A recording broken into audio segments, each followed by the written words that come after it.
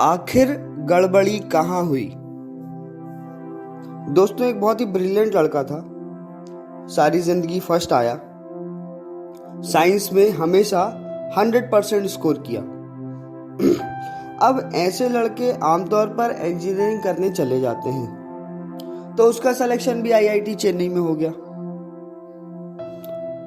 फिर आगे की पढ़ाई करने के लिए अमेरिका चला गया, यूनिवर्सिटी ऑफ कैलिफोर्निया से एमबीए किया। अब इतना पढ़ने के बाद तो अच्छी नौकरी मिल ही जाती है, वहीं अमेरिका में ही सेटल हो गया।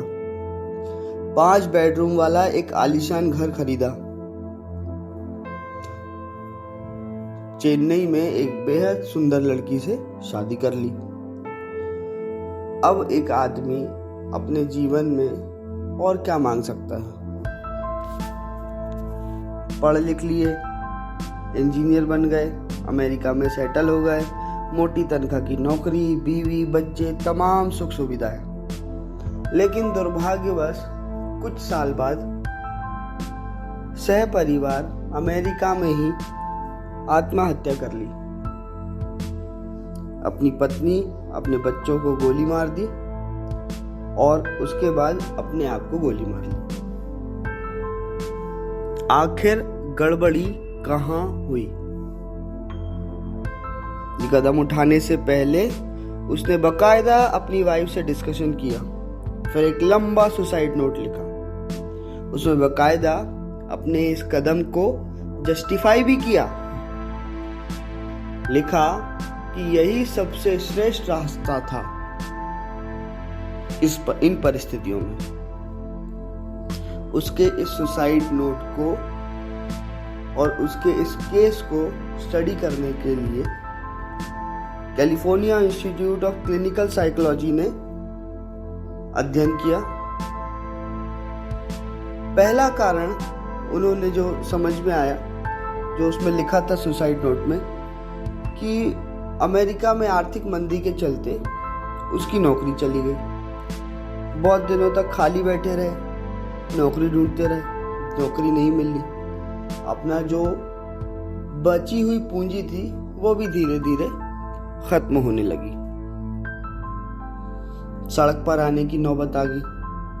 कुछ दिन पेट्रोल पंप पर काम किया, फिर अंत में थक हार कर जब बर्दाश्त नहीं हुआ तो अपनी पत्नी और बच्चों समेत खुदकुशी कर ली।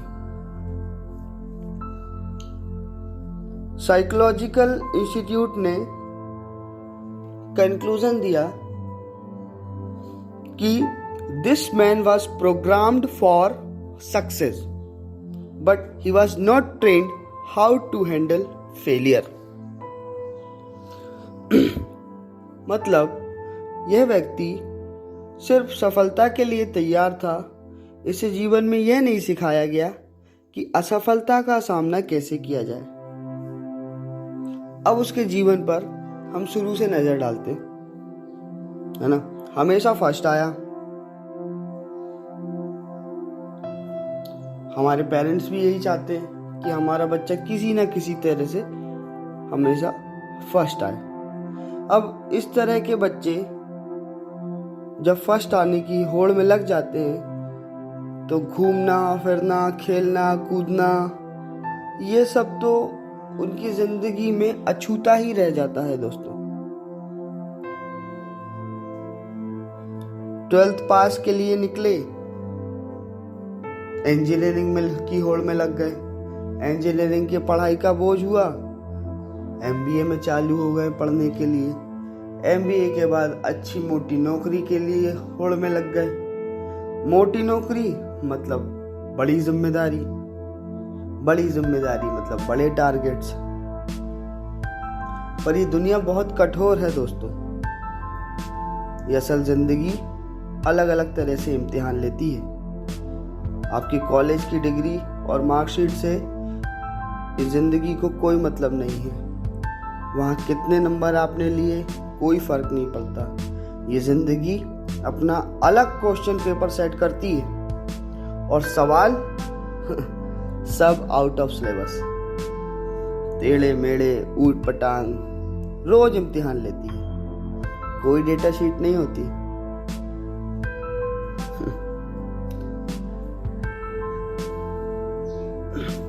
तो इस कहानी से हमको ये सीख मिलती है कि हमें पढ़ाई के साथ साथ, हम चाहे किसी भी वर्ग से हो, हमको पढ़ने के साथ साथ यहाँ भी ध्यान देना चाहिए कि पढ़ाई के साथ क्या शारीरिक मानसिक विकास ज़रूरी है या नहीं, और अगर ज़रूरी है तो हम उसको किस तरह से, किस प्रकार से ये सब चीज़ें मुहैया करा रहे हैं। बच्चों को किताबी कीड़ा मत बनाइए।